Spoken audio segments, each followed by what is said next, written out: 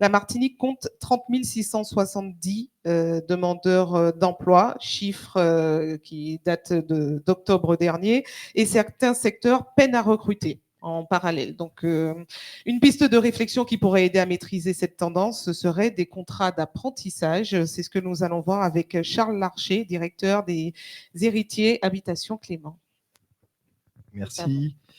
Madame la Présidente, chère Catherine, Monsieur le représentant du préfet, chère Léandre, je crois que Catherine est partie, donc chère sénatrice, on m'a demandé effectivement d'évoquer la formation donc pour le MEDEF.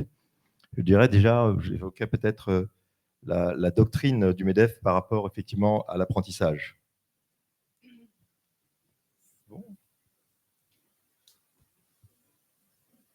Vous ne projetez pas? Ah, d'accord, c'est bon. La doctrine du MEDEF par rapport à l'apprentissage, merci. Donc l'apprentissage est une véritable pour nous accélérateur d'insertion professionnelle, relativement à d'autres dispositifs, donc poursuivant les mêmes objectifs. Perspective d'accès à des études longues, possibilité de les financer et durée de la scolarité et d'insertion professionnelle rapide et stable. C'est vrai aussi que l'apprentissage, pour l'État, génère des recettes. Son impact devient largement positif si l'on tient compte de la richesse additionnelle qu'il apporte au territoire. Si on prend les chiffres clés de l'apprentissage, aujourd'hui, nous avons 6 alternants pour 1000 habitants en Martinique. La Guadeloupe est à 7,2, la Réunion est à 14 alternants pour 1000 habitants. Aujourd'hui, nous avons 461 jeunes inscrits en CFA sans contrat. Et en plus, 88 jeunes en rupture de contrat. Nous avons fait une rencontre avec les CFA, donc le 26 octobre dernier, et on a pu tirer ces constats. Côté CFA, ils nous reprochent, nous entreprises, de ne pas leur offrir de visibilité sur les offres en alternance pour les entreprises. On peut comprendre aussi, quand on écoute la problématique du secteur du BTP, que ça peut être compliqué pour une entreprise qui n'a pas de visibilité sur son courant d'affaires de pouvoir proposer des postes donc en alternance. Mais c'est vrai que les CFA nous font cette remarque. On avait regroupé une quinzaine de CFA donc au MEDEF le 26 octobre. Du côté entreprise, on leur a dit la chose suivante, nous en tant que MEDEF, qu'il y avait un démarchage insuffisant de la part des CFA vis-à-vis des entreprises, qu'il y avait un manque de suivi des alternants ou des apprentis par les CFA, un suivi insuffisant qui pénalisait sans aucun doute le principe de l'apprentissage. Beaucoup d'entre nous ont eu l'occasion d'avoir des alternants ou des apprentis qui fonctionnaient très bien, avec qui ça se passait très bien dans l'entreprise, mais qui avaient décroché au niveau scolaire. Et nous étions parfois prévenus 1 mois, 2 mois, 3 mois après leur décrochage. Et c'est vrai aussi qu'il y a un point qui est important, c'est les aides effectivement aux entreprises versées par la CTM qui parfois arrivent alors que le contrat de l'alternant est terminé. Donc, quel plan d'action MEDEF pour les jeunes sans contrat, puisqu'on a cette urgence de jeunes sans contrat? Donc, travailler donc, de concert avec les CFA et les OPCO pour anticiper la prochaine rentrée et les suivantes. On leur a bien dit qu'on était vraiment dans l'urgence et qu'il fallait à tout prix, pour la prochaine année scolaire, donc anticiper les choses. Créer donc une CVTech donc, sur le site du MEDEF, Martinique, et penser un événement exclusivement dédié à l'alternance avec des acteurs du territoire qui seraient récurrents.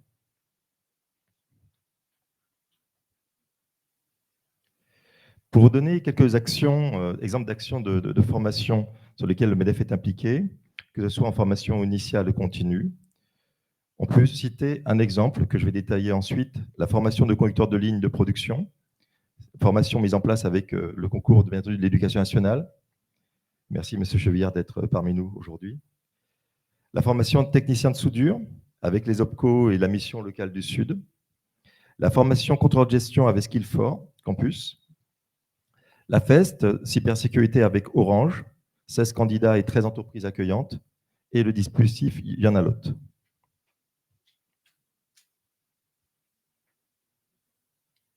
Quand on prend l'exemple de la mise en place du bac pro, donc pilote de ligne de production, pour vous donner un peu le process.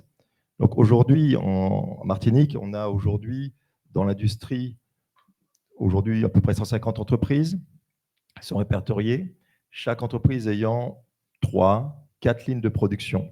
Donc, on est sur 500, on va dire, lignes de production qui tournent sur la Martinique. Là où les lignes de production, historiquement, il y a 20 ou 30 ans, employaient des manutentionnaires, aujourd'hui, de plus en plus, elles emploient des personnes qui vont suivre la production, puisque les entreprises ont amélioré les conditions de travail, robotisé, automatisé, donc beaucoup de postes de travail donc, manuels. Donc, il y a un vrai besoin de conducteurs de ligne, en plus, en sachant que les lignes aujourd'hui sont remplacées tous les 10-15 ans, donc ça veut dire que chaque année, une cinquantaine, une soixantaine de nouvelles lignes de production sont mises en place avec des machines qui sont 2-3 générations après celles qui étaient précédemment présentes dans l'usine. Donc, on a travaillé au rapprochement donc, avec la MPI et l'Académie pour mener donc, un long travail d'ingénierie pendant 2 années, à la fois une analyse, diagnostic, recueil des données, formalisation des objectifs et des compétences. Ensuite, on a une proposition de l'Académie d'un bac pro, donc ligne de production, ce qui est la première fois en Martinique, après analyse du cahier des charges donc élaboré par les entreprises, sur un parcours classique de 3 ans, proposé aux entreprises et en 2 ans pour répondre à leurs besoins. Donc, la nécessité, bien entendu, de définir avec l'équipe pédagogique la mise en place d'audits de chaque site de production, puisque chaque site de production est spécifique. Et on a pu ainsi donc, déceler donc, les besoins que pouvaient avoir les entreprises, notamment au niveau maintenance. Ce type de formation étant disponible à la fois en formation donc, initiale, donc pour des étudiants, ou à la fois pour nos salariés donc, en entreprise, donc en formation continue.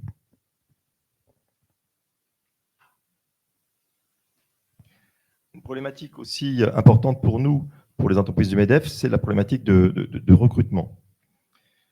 Aujourd'hui, quelles décisions pouvons-nous prendre, quelles actions pouvons nous prendre concrètement au niveau du MEDEF?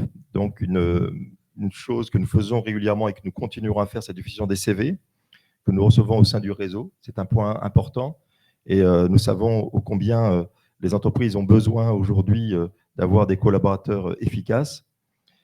Participer aussi à des événements comme l'événement Martinique pour l'emploi qui a été mis en place par Pôle emploi et GBH. Ce Martinique pour l'emploi, donc troisième version, a reçu 10 000 visites, donc en présentiel et en virtuel, 870 visiteurs donc en présentiel, et derrière, avec les chiffres de Pôle emploi, 200 recrutements. Donc on voit que ce type d'action donc est efficace dans la démarche effectivement de recrutement de collaborateurs. Bien entendu, aussi participation donc, aux différentes caravanes pour l'emploi que peuvent mettre en place, et notamment les missions locales. Sur le long terme, la relation aujourd'hui à construire avec le bureau des entreprises qui viennent de se mettre en place donc, au niveau des lycées professionnels. Ça, c'est un enjeu, M. Chevillard, que nous avons à relever ensemble. Donc, mettre en place effectivement les relations école-entreprise avec ces bureaux des entreprises pour que nos jeunes connaissent mieux nos métiers, mieux nos entreprises. La mise en place de nouvelles périodes de stage donc, en entreprise. À ce titre, toujours préciser l'importance que le président précédent, donc Bernard Edouard, avait mis en place l'émission Éco des métiers, qui était une émission très importante pour montrer les métiers qui pouvaient exister dans nos entreprises. Émission qui s'est mise en place avec ATV et qui a vraiment permis, en prime time, de montrer les métiers qui étaient présents dans nos entreprises et anticiper donc, les mutations donc, de nos entreprises. Bon, même si elle est partie, je vais parler aussi du dispositif, bien entendu, Aller virer, que la sénatrice donc, a contribué fortement à mettre en place. Cette association aussi contribue, bien entendu, à faire revenir sur notre territoire des jeunes donc, diplômés ou des jeunes donc, formés qui sont présents donc, sur l'Hexagone.